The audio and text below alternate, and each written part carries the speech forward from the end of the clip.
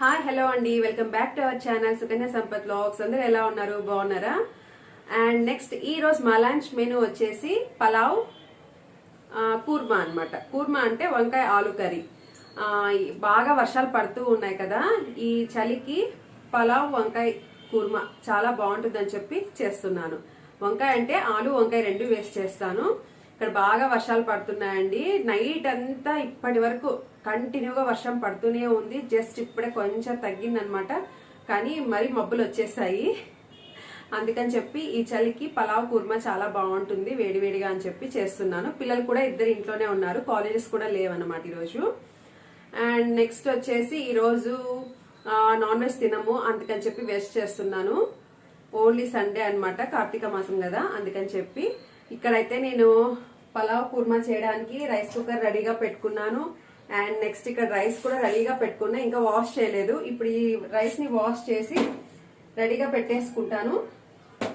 తర్వాత నేను పలావ్ కుర్మా ఎలా చేస్తాననేది మీకు చూపిస్తాను, ఓకేనా?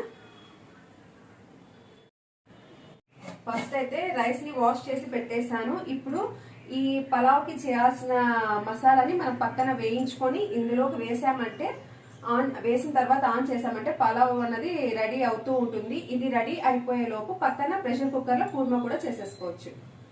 ఫస్ట్ అయితే ఇక్కడ నేను రైస్ రెడీగా పెట్టేసుకున్నాను. చూసారు కదా, ఇక్కడ పలావ్ కాసినవన్నీ నేను రెడీ పెట్టేసుకున్నా. ఇప్పుడే బిర్యానీ ఆకుని ఇలా కట్ చేసి వేసుకోండి. మొత్తం పెద్దగా ఉంటాయి కదా ఆకులు, ఇలా కట్ చేసి వేసుకోండి. బిర్యానీ ఆకు, చెక్క, లవంగ, మొగ్గ, అనాస పువ్వు, షాజీరా, ఇలాచి కూడా వేసుకోవాలి. నా దగ్గర లేదు, అందుకే నేను వేసుకోలేదు. తప్పనిసరిగా ఇవన్నీ వేసుకోండి. ఫస్ట్ అయితే ఇక నేను కొద్దిగా నెయ్యి అలాగే కొద్దిగా ఆయిల్ రెండు వేసాను. నెక్స్ట్ వచ్చేసి ఇక్కడ గ్రీన్ చిల్లీస్, ఒక 6 గ్రీన్ చిల్లీస్ ఇలా మధ్యలోకి చీల్చి పెట్టుకున్నాను. ఎందుకంటే మనం రెడ్ చిల్లీ పౌడర్ అవన్నీ వేయము, ఇదే అనమాట అందులో కారం వాడేది మనము. అందుకని చెప్పి 6 గ్రీన్ చిల్లీస్ తీసుకున్నాను. ఆనియన్స్ 2 మీడియం సైజ్ ఆనియన్స్, కొద్దిగా కరివేపాకు అండ్ పుదీనా, కొత్తిమీర రెండు కలిపి వాష్ చేసి చిన్నగా చాప్ చేసి పెట్టుకున్నాను. నెక్స్ట్ 1 బిగ్ సైజ్ టొమాటో కంపల్సరీగా వేసుకోండి. కొందరు వేయరు అనమాట, కానీ కంపల్సరీ ఒక టొమాటో వేస్తే టేస్ట్ చాలా బాగుంటుంది. చూసారా? నెక్స్ట్ వచ్చేసి ఇక్కడ అల్లం వెల్లుల్లి పేస్ట్ తీసుకున్నాను, హోమ్ మేడ్ అనమాట ఇది కూడా వేసుకోవాలి. తర్వాత నెక్స్ట్ పెరుగు, కొంచెం పెరుగు కూడా వేసుకుంటాము, కంపల్సరీగా వేసుకోవాలి. వేసుకుంటేనే పలావు మంచి టేస్ట్ వస్తుంది. ఇలా అన్నీ రెడీగా పెట్టుకున్నాను నేను.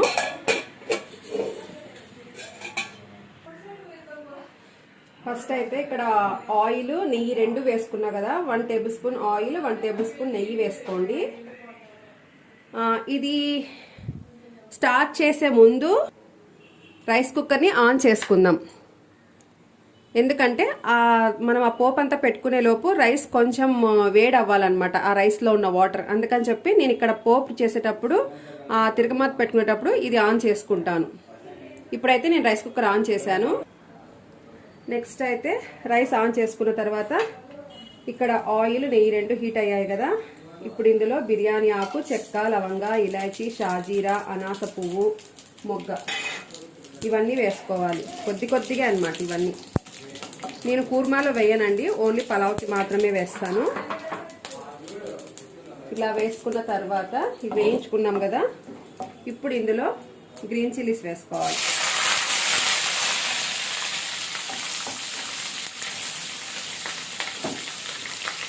ఇవి కొంచెం వేగనిద్దాము. ఇప్పుడు ఇలా వేయించుకున్న తర్వాత ఇందులో ఆనియన్స్, కరివేపాకు వేసుకోవాలి.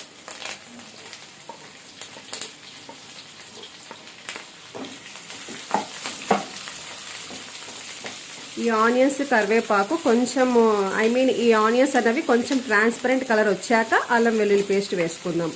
ఫస్ట్ అయితే ఇవి వేయించుకుందాం. ఈ ఆనియన్స్ త్వరగా వేగాలంటే కొంచెం సాల్ట్ వేసుకోండి.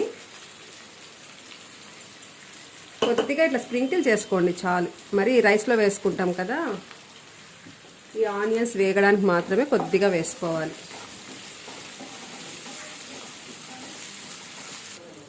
చూసారా? ఇలా వేయించుకున్నాం కదా, లైట్ ట్రాన్స్పరెంట్ కలర్, కొంచెం లైట్ రెడ్డిష్ కలర్ కూడా వచ్చాయి. ఇప్పుడు ఇందులో ఇలా మధ్యలో ఇలా అనుకొని అల్లం వెల్లుల్లి పేస్ట్ ఒక 2 టీ స్పూన్స్ వేసుకోవాలి.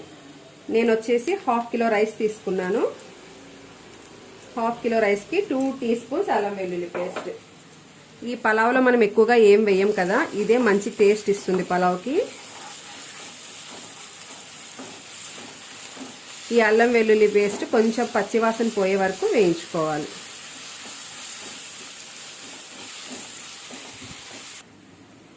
చూసారా, ఇక్కడ అల్లం వెల్లుల్లి పేస్ట్ పచ్చివాసన పోయే వరకు వేయించుకున్నాము. Next tomato, 1 big size tomato వేసుకోండి. ఈ టొమాటో కూడా కొంచెం మెత్తబడే వరకు వేయించుకోవాలి. ఇక్కడ కంపల్సరీగా టొమాటోస్ కొంచెం మెత్తబడే వరకు వేయించుకోవాలి. అది కూడా మూత పెట్టి వేయించుకుంటే త్వరగా మెత్తబడుతుంది.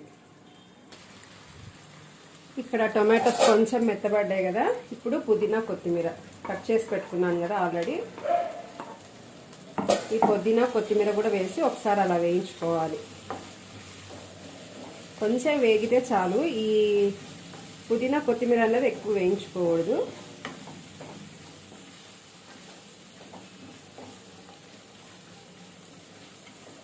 ఇలా వేయించుకున్న తర్వాత ఇందులో పెరుగు వేసుకోవాలి. నేను 1/2 kg రైస్ తీసుకున్నా కాబట్టి 1 గరిట పెరుగు వేసుకున్నాను.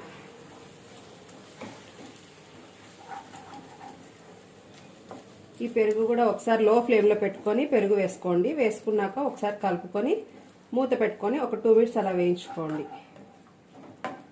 ఫస్ట్ అయితే ఇక్కడ ఇందులో కొద్దిగా పసుపు వేసుకుందాం. పసుపు ఎక్కువగా అవసరం లేదు, ఒక 1/2 టీ స్పూన్ అంతా వేసుకోండి. సాల్ట్ అయితే నేను రైస్లో వేస్తాను. ఇలా లో ఫ్లేమ్లోనే పెట్టుకొని కలుపుకోండి. చూసారా, పుదీనా కొత్తిమీర వేసి వేయించుకున్న పెరుగు వేసాను. కలిపేసుకున్న తర్వాత కొంచెం ఒక 1/2 టీ స్పూన్ పసుపు వేసాను. ఇప్పుడు దీన్ని లో ఫ్లేమ్లో ఒక 2 to 3 మినిట్స్ వేయించుకోవాలి. తర్వాత చూసారా, ఇక్కడ మూత తీసి ఒకసారి కలుపుకుంటున్నాను. పెరుగు కూడా బాగా వేగిపోయింది. అండ్ ఇప్పుడు ఇంకేం లేదండి, స్టవ్ ఆఫ్ చేసి రైస్లో కలిపేసుకోవడమే. ఇందులో ఏ మసాలా పౌడర్స్ కానీ, రెడ్ చిల్లీ పౌడర్ కానీ, ధనియా పౌడర్ కానీ ఏం వేయట్లేదు. ఇక్కడ స్టవ్ ఆఫ్ చేసేస్తున్నాను. చూడండి, ఇక్కడ రైస్ కూడా బాయిలింగ్ స్టేజ్కి వచ్చేసింది కదా. ఇప్పుడు ఇందులో ఈ మసాలా వేసుకొని కలిపేయడమే.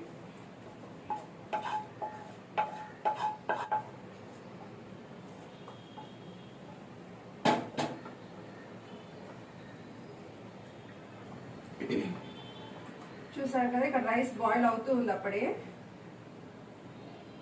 ఈ మసాలా వేసి ఒకసారి కలుపుకోవాలి. తర్వాత రుచికి సరిపడా సాల్ట్ వేసుకోవాలి. నేను 1/2 కిలో పెట్టుకున్నాను కాబట్టి 2 టీ స్పూన్ సాల్ట్ వేసుకున్నాను.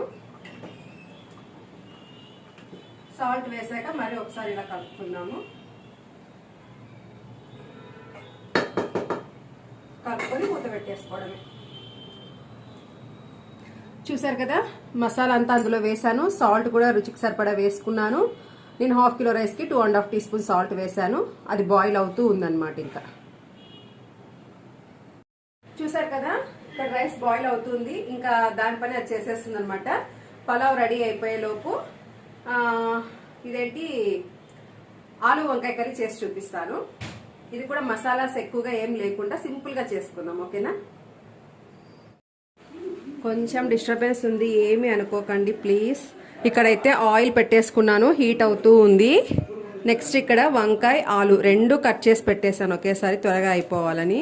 సాల్ట్ వాటర్లో వేసి పెట్టుకున్నాను.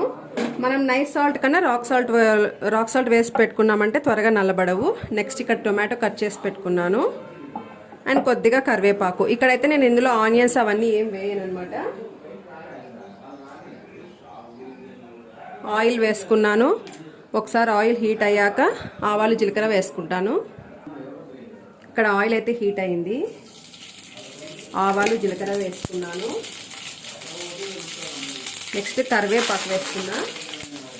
ఆనియన్స్ అయితే ఏం వేయను. ఆవాలు జీలకర్ర కరివేపాకు వేసుకున్నాక ఇక్కడ కట్ చేసి పెట్టుకున్నా కదా ఆలు వంకాయ వేసుకున్నాను. ఫస్ట్ టైం వేయంగానే అట్లా మూత పెట్టేసేయండి, లేదంటే ఆయిల్ అంతా మన మీద చిట్లుతుంది. తర్వాత కావాలంటే కొద్దిసేపటికి ఇలా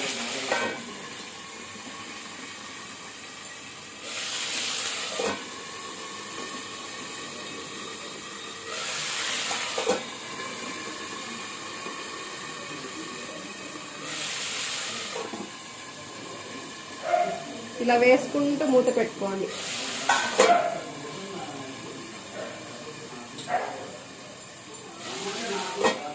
అది కొంచెము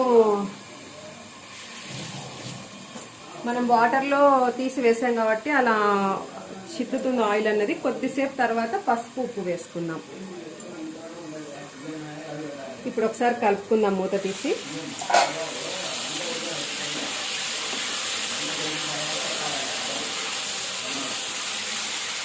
ఇలా ఒకసారి కలుపుకున్నాక కొద్దిగా పసుపు, ఒక 1/2 టీ స్పూన్ నుంచి 1/2 టీ స్పూన్ వరకు వేసుకోండి. నెక్స్ట్ రుచికి సరిపడా సాల్ట్, నేనైతే 1.5 టీ స్పూన్ వేస్తున్నాను. ఫస్ట్ పసుపు ఉప్పు వేసి కలిపి మూత పెట్టి ఒక 2 నిమిషాలు అలా వేయించుకుందాము.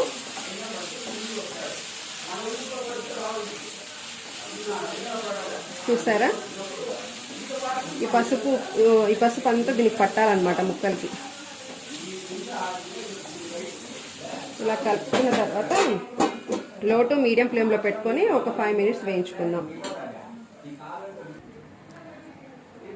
చూసారు కదా, కాసేపు అలా ఆయిల్లో వేయించుకుంటే టేస్ట్ బాగుంటుంది.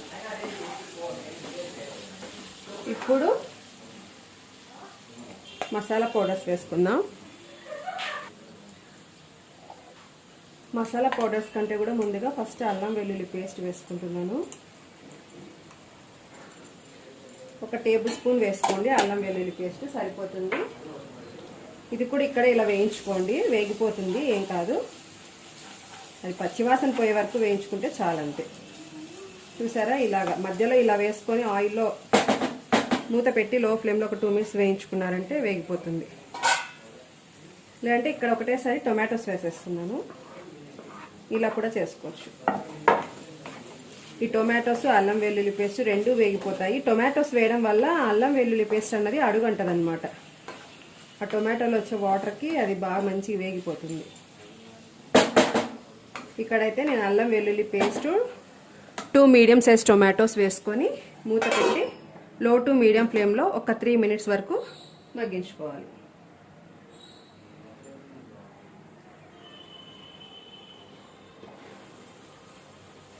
చూసారా, ఆయిల్ అంతా పైకి వచ్చింది. ఇలా వేయించుకోవాలి. ఇప్పుడు ఇందులో ధనియా పౌడర్ వేసుకున్నాం. ఇది ఇంట్లోనే వేయించి పౌడర్ చేసింది. ఒక 2 టీ స్పూన్స్ వేసుకున్నాము. తర్వాత రెడ్ చిల్లీ పౌడర్, ఇది కూడా ఒక 2 టీ స్పూన్స్ వేసుకుంటున్నాను. నేను పలావ్లో గ్రీన్ చిల్లీస్ మాత్రమే వేసాను కదా, అందుకే ఇక్కడ ఒక 2 teaspoons red chilli powder వేసుకున్నాను. ఆల్రెడీ పసుపు ఉప్పు వేసుకున్నాము. ఇక్కడ ధనియా పౌడర్, కారం వేసుకున్నాను. ఇది కొంచెం వేగనిద్దాము. మూత పెట్టి లో టు మీడియం ఫ్లేమ్లో ఒక 2 మినిట్స్ వేయించుకుందాం. ఈ కారము ధనియా పౌడర్ పచ్చివాసన పోవాలి. ధనియా పౌడర్ వేయించి చేసిందే అయినా సరే ఒకసారి మరి ఇలా కర్రీలో కూడా వేసి వేయించుకోవాలి. మూత పెట్టి ఒక 2 మినిట్స్ మగ్గించుకోవాలి. ఇప్పుడు ఒకసారి మూత తీస్తాము. మరి ఆయిల్ అంతా కనిపిస్తుంది చూడు పైకి. ఇలా 2-3 మినిట్స్ వేయించుకున్నామంటే మంచిగా వేగిపోతుంది. ఇప్పుడు ఇందులో పెరుగు వేసుకోవాలి. ఒకసారి ట్రై చేసి చూడండి మీరు కూడా, చాలా బాగుంటుంది ఇట్లా పెరుగు వేసి చేసుకోవడం వల్ల. నేను ఇందులో గరం మసాలా, కొబ్బరి పొడి ఇలాంటివి ఏం వేయను. ఇంకా నేను అసలు పసుపు, ఉప్పు, కారము, ధనియా పౌడర్ అంతే. లో ఫ్లేమ్లో పెట్టుకొని పెరుగు వేసుకొని ఇది కూడా ఒక 2 నిమిషాలు, 1 నిమిషం అలా వేయించుకుంటే సరిపోతుంది. తర్వాత వాటర్ వేసి ఉడికించుకోవాలి. చిక్కదనం మనకి ఎంత కావాలనుకుంటే అంత.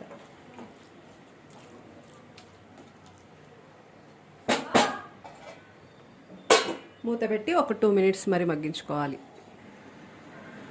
ఇక్కడ మూత తీసి చూద్దాము. చూసారా, మనం వేయించుకున్న ప్రతిసారి ఆయిల్ ఇలా పైకి వస్తూ ఉంది, కనిపిస్తుందా మీకు? మనకు అది వేగిపోయినట్టు లెక్క అనమాట. ఇలా వేయించుకున్న తర్వాత ఇప్పుడు మనము గ్రేవీ చిక్కగా ఉండాలా, కొంచెం పలచగా ఉండాలనేది చూసుకొని వాటర్ వేసుకోండి. ఇక్కడ మనం వేయించుకునేటప్పుడే ఆలు వంకాయ రెండు ఒక 70% ఉడికిపోయాయి అనమాట. ఇంకా 25% ఉడకాలి. అది ఇప్పుడు ఈ వాటర్ వేసుకున్నాక ఉడికిపోతుంది.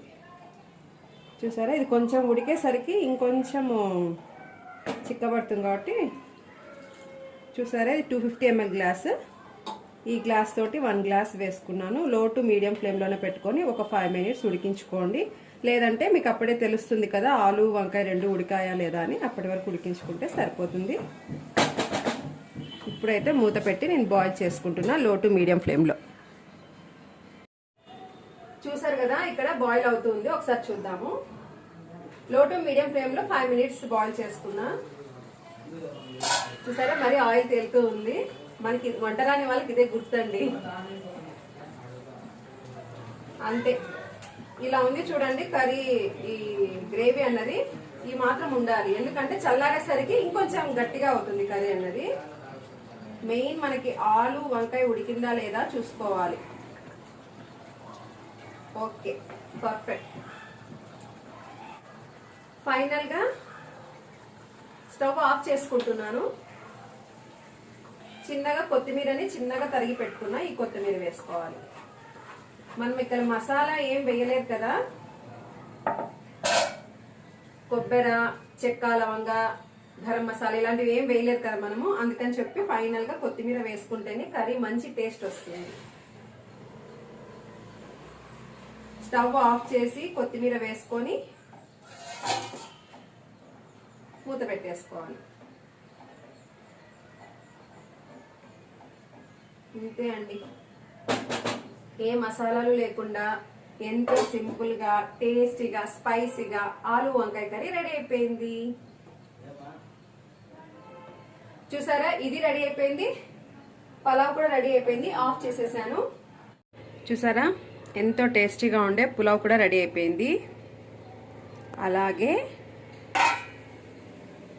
వంకాయ టమాటో కర్రీ ఈ చలికి చాలా చాలా బాగుంటుంది. తప్పకుండా ప్రతి ఒక్కరూ ట్రై చేయండి.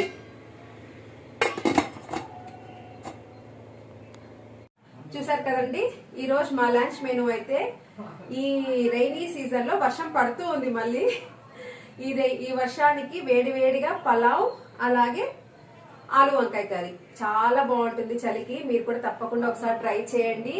అండ్ ఈ రోజు నా వ్లాగ్ అయితే ఇంతే అండి. నా వీడియో కనుక మీకు నచ్చినట్టయితే తప్పకుండా లైక్ చేయండి, షేర్ చేయండి, కామెంట్ చేయండి. కొత్తగా చూస్తున్న వాళ్ళు ఎవరైనా ఉంటే తప్పకుండా నా ఛానల్ ని సబ్స్క్రైబ్ చేసుకోండి. Thank you for watching.